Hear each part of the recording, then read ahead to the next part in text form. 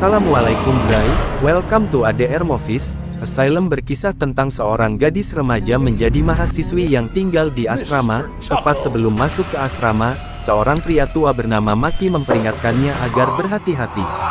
Elgin Resnick adalah pembimbing dan pengawas asrama itu, kemudian menjelaskan seluk-beluk asrama kepada para mahasiswa baru, termasuk tentang keberadaan pintu timur yang terkunci dan terlarang bagi mereka semua.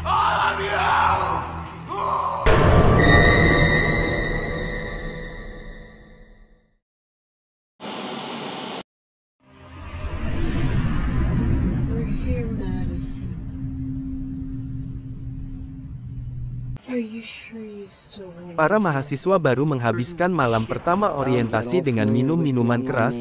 String, si penggila internet, menemukan kalau asrama mereka adalah bekas rumah sakit jiwa untuk remaja-remaja bermasalah yang dikelola oleh Dr. Magnus Burke, yang kemudian berubah menjadi tempat mengerikan. Burke menganggap bahwa penyakit jiwa yang dialami remaja bisa disembuhkan dengan cepat, tapi cara yang dipergunakannya sangat sadis. Salah satunya adalah dengan memasukkan jarum suntik panjang ke dalam otak melalui bola mata. Penelitiannya berujung pada penyiksaan dan satu persatu pasiennya tewas. Pada tahun 1939 Dr. Burke dibunuh oleh seluruh pasiennya yang berontak, tapi banyak yang percaya kalau arwah Dr. Burke masih gentayangan di tempat itu. Mereka berencana untuk menyelidiki lebih jauh tentang asrama itu, termasuk berita tentang keberadaan arwah Dr. Burke. String membantu dengan membuka kunci pengaman lewat internet. Mereka berhasil menemukan bekas ruang kantor Dr. Burke dan memasukinya. Mereka menemukan catatan-catatan yang membuktikan kalau Dr. Burke memang melakukan penyiksaan pada pasiennya. Madison tidak menyadari kalau teman-temannya sudah pergi meninggalkannya. Ia pun bertemu Kelso yang menunjukkan jalan keluar padanya. Saat mereka beradu mulut, tiba-tiba listrik padam dan terdengar bisikan yang mengatakan kalau dia tahu tentang masa lalu String. Secara misterius dia tiba-tiba kembali berada di kamar lamanya di rumahnya. Tiba-tiba ibunya berubah menjadi Dr. Burke. Keesokan harinya, Madison menemukan String ditemukan tewas tergantung di kamarnya. Namun ketika Kelso datang melihatnya ke sana, jenazahnya sudah hilang. String tak pernah ditemukan. Madison sempat melihat sesosok bayangan pria keluar dari kamar String lalu menghilang. Belakangan diketahui ternyata mereka semua memiliki latar belakang yang sama, yaitu memiliki masalah di masa kecil yang mempengaruhi kejiwaan mereka setelah dewasa.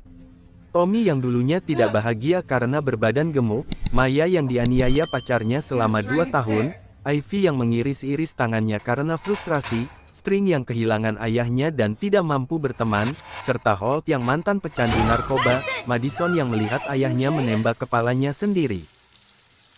Setelah itu, giliran Madison yang mengalami keanehan.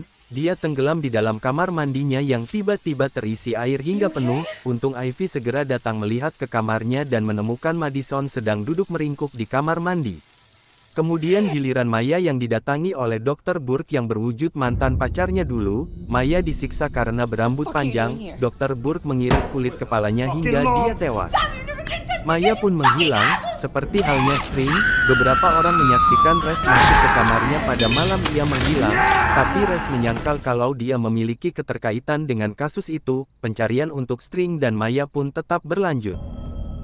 Berikutnya giliran Tommy, ia harus berhadapan lagi dengan ibunya yang memaksa untuk makan hingga mengalami kegemukan seperti dulu. Dr. Burke menusuk mulutnya serta memotong lidah dan bibirnya.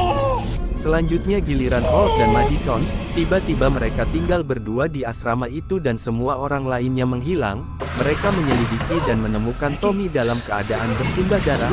Maki muncul dan menyelamatkan mereka berdua, ketika Dr. Burke tiba-tiba muncul entah dari mana sambil membawa pisau. Ternyata Maki dulunya adalah salah seorang pasien di rumah sakit jiwa itu, tapi dia berhasil selamat, karena saat itu terjadi pemberontakan oleh pasien-pasien lainnya. Mereka membawa dan mengikat Dr. Burke di tempat penyiksaannya sendiri lalu menusuk kedua bola matanya, seperti yang dilakukan kepada mereka, lalu mereka semua melarikan diri, sementara Dr. Burke bersumpah akan membunuh mereka semua. Maki berhasil lari lewat terowongan pembuangan tetapi dia merasa takut seumur hidupnya kalau Dr. Burke akan kembali dan memburunya.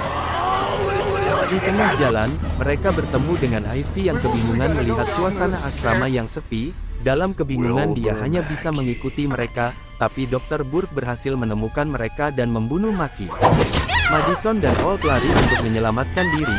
Tanpa sengaja mereka memasuki ruangan di mana terdapat banyak sekali jenazah mahasiswa yang menjadi korban dokter gila itu dan menemukan jalan keluar. Holt menyuruh Madison pergi dan dia akan menghadang. Disinilah Dr. Burke berhadapan dengan masa lalunya. Ketika adiknya tewas di kolam renang, dia tidak bisa menolongnya karena sedang menggunakan narkoba.